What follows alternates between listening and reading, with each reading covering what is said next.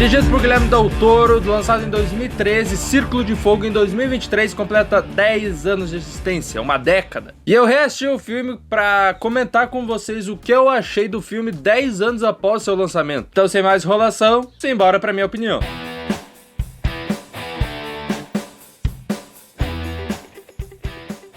E aí, cambada de cinéfilos, tudo beleza? Sou mais bem-vindos a mais um vídeo aqui no canal. Robôs gigantes comandado por duas pessoas se tornaram a primeira linha de defesa para ataques de seres gigantescos, os Kajus. Porém, o mundo político resolve não financiar mais essa ideia, levando a organização responsável dos robôs a executarem uma última missão.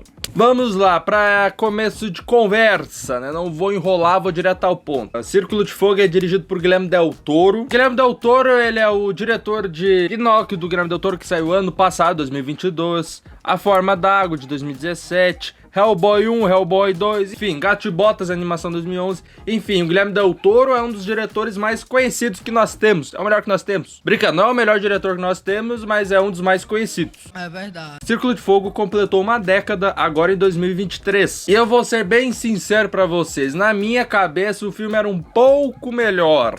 Vamos lá, vamos começar os pontos a se comentar. Na minha opinião, logicamente, eu assisti esse filme quando eu era criança, menor. Eu devo ter assistido uma ou duas vezes quando eu era criança, menorzinho. E eu simplesmente adorava este filme. E agora eu sei o porquê eu adorava este filme. É um típico filme de roteiro merda, um roteiro de nota de merda nenhuma, que não fede nem cheira, às vezes pode até atrapalhar dependendo da pessoa, mas que tem baitas cenas de ações. O roteiro é qualquer merda e adora coisas convenientes. Como, por exemplo, o Dr. Newton, que é interpretado pelo Charlie Day, se conectar com a metade de um cérebro de um caju, um cérebro secundário de um caju, e descobrir todo o plano destes seres e toda a história destes seres. É um cérebro secundário de um caju aleatório e ele descobriu todo o plano, toda a história, e ele precisava de mais cérebro para saber mais. Ele já não tinha descoberto praticamente tudo com aquele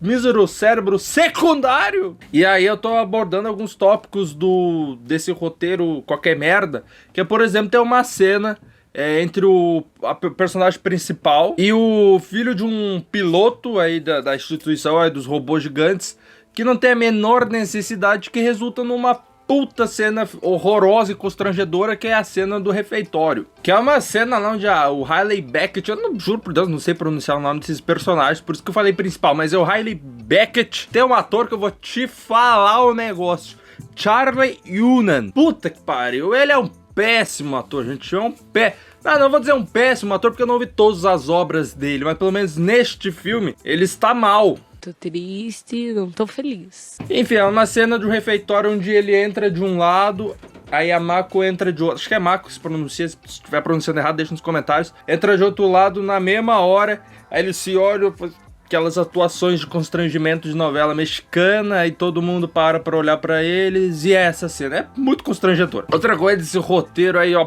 desse roteiro raso aí de Círculo de Fogo, é, por exemplo, a Mako decidir pra a melhor dupla pro Riley Beckett. Não faz sentido, porque no caso, o próprio filme impõe essa regra, né? Eles precisam se conectar. No caso, os dois precisam ser conectados e daí depois saber lutar, enfim, né? Pra conseguir comandar um Jäger. E o irmão dele, que era a dupla dele, morreu logo no início do filme. Que, vou te falar, é uma puta de uma cena muito braba. Esse início do filme é muito bom, com ótimas cenas de ações, até porque neste momento não tinha nada de roteiro praticamente. E aí ele morre, e daí futuramente a instituição volta atrás buscar o Riley Beckett e precisa de uma dupla pra ele. E a Mako, que é uma funcionária ali do Idris Elba, ela começa a procurar alguns companheiros. E aí o jeito dele decidir é na luta. Ele luta e fala, esse não, esse não, esse não. Cara, não faz sentido, não precisava de o próprio filme põe uma regra e o próprio filme quebra sua própria regra. Só pra ter uma cena dele lutando com a Mako e mostrando que a Mako é braba, é foda. Tá falando da Elite. Agora, onde o filme tem muito mérito é na criação de mundo, ou na mitologia que o universo cria. Porque é um negócio de Kaju, que no início do filme tem uma narrativa excelente. É mostrado o primeiro Kaju que passou pra Terra e que fez uma destruição em Nova York. Lógico, filme de Hollywood, Nova York. Aí depois mostra o segundo, mostra o terceiro. E aí mostra a evolução dos Jaegers. Os Jaegers nascendo pra ser os heróis. Estão ganhando todas as batalhas. Os Kaijus já são menosprezados. Os Kaijus já são brinquedos. Cara, é muito ótima essa narrativa que o Guillermo del Toro cria. O Guillermo del Toro, ele tem um grande mérito nesse filme, que ele fazia a gente se preocupar. Isso é algo que eu pago um pau pra caralho pra diretor que consegue. Ele fazer a gente ter empatia com um robô, por exemplo. A gente fica meio ruim, fica preocupado quando um Jaeger leva um soco de um Kaiju, ou leva um arranhão, porque é um ser vivo, né? É um animal, digo. Então, no caso, a gente fica muito preocupado quando um Jaeger, ele leva algum arranhão, ou é danificado de alguma maneira. O que também influencia no jeito que ele optou pelos robôs gigantes. Até porque a gente tá falando de robôs maiores que prédios de 20 andares, por exemplo. Ou do tamanho de prédio de 20 andares. São coisas colossais. Tamanho de um Kaiju, né? E ele optou por movimentos mecânicos, ou seja, mais mecânico, seja mais travadão, mas como um robozão de fato, o que deixa mais imersivo ainda. Guillermo del Toro, ele tem bastante eficiência nesse quesito de imersão, imersivo. A gente entra de fato ali no filme junto com logicamente nas cenas de ação, né? Junto com os Jaegers e com os seus comandantes. E assim, a criatividade nas cenas de ações do Guillermo del Toro é excelente. O que ele peca no roteiro, ele retribui nas cenas de ação. Como, por exemplo, um robô gigante com um navio na mão, usando como espada pra atacar um Kaiju. Ele pega um navio e usa como espada contra o Kaiju. Achei lindo. E olha como isso é uma sacada muito boa, porque o Guillermo del Toro consegue fazer a gente acreditar de fato que os Kaijus são perigosos de verdade só com a palavra categoria. O que é mostrado, por exemplo, no filme onde aparece um Kaiju categoria 5. E tu vê a distância de um 5 para um 3 ou para um 4. Isso o Guillermo del Toro, ele consegue deixar bem claro, porque no início do filme, são uma captação aqui de categoria 3, categoria 4. Aí quando fala categoria 5, a gente, antes de aparecer o bichão, já imagina. Aí aparece o bichão gigantesco no fim do filme. Ótima cena. Porém, o melhor do filme, que é as cenas de ações, o filme já não conseguiu dosar bem. Eu acho que assim, no início, a cena dos irmãos, que lá um morre lá, a cena inicial. É excelente a cena. Aí tem o filme no meio, tem algumas barrigas, aí no fim tem uma cena de ação ali ou outra, pra no final, de fato, ter uma puta cena de ação. Ou seja, o melhor do filme, que é a cena de ação, eles não dosaram bem. É pouca cena de ação, é muita enrolação, isso que o filme é meio curto ainda. O filme tem 2 horas e 11 e são apenas, bem dizer, 2 cenas de ação. E essa barriga que eu falo é uma puta de uma barriga em relação ao desenvolvimento de personagem que não leva a lugar nenhum. E aí tem a cena final de ação, que é uma puta cena de ação, dura bem mais que a primeira, mas também é só. E as atuações do personagem me incomodaram, dos atores no caso, me incomodaram demais. O Idris Elba parece estar no piloto automático. Charlie Hunnam não tá bem, me lembrando até o Henry Cavill, que quando é pra fazer uma cena de tristeza ele faz assim, quando é pra fazer uma cena de medo ele faz assim, uma cena de terror ele faz assim. Rinko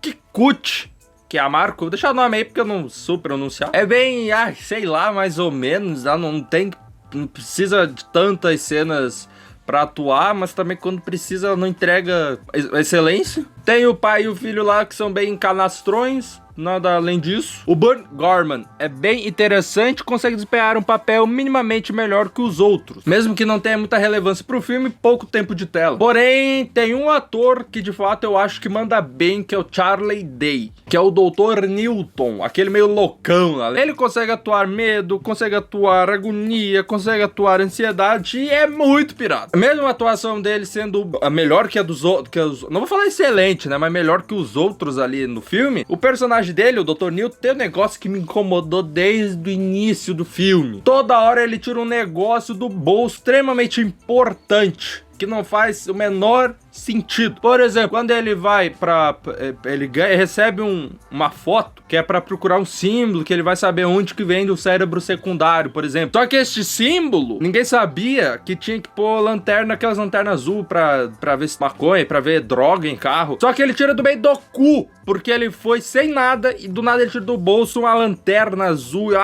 Um código. Daí começa a procurar nas paredes com a lanterna azul. Outra coisa é quando morre um Kaiju na frente dele e pra ele fazer ligação com esse caju, ele precisa de um equipamento que não é nada pequeno, não deve ser nada leve. Mas ele tira do meio do ânus e aparece do lado dele. Corta a cena, ele está com o equipamento do lado dele pra fazer ligação com o cérebro. A atuação do Charlie Day é boa, o problema é que o personagem dele tem umas conveniências de roteiro que eu vou te falar uma coisa. E agora, por fim, chegando ao fim da minha análise, tem um negócio que todo mundo paga um pau fodido e que eu antigamente também achava antes de reassistir o filme, que é a trilha sonora. Círculo de Fogo, ele é marcado por uma trilha que todo mundo conhece. É uma trilha excelente, é uma puta trilha heróica de ação, é muito boa essa trilha. E as outras são apenas trilhas genéricas de filmes,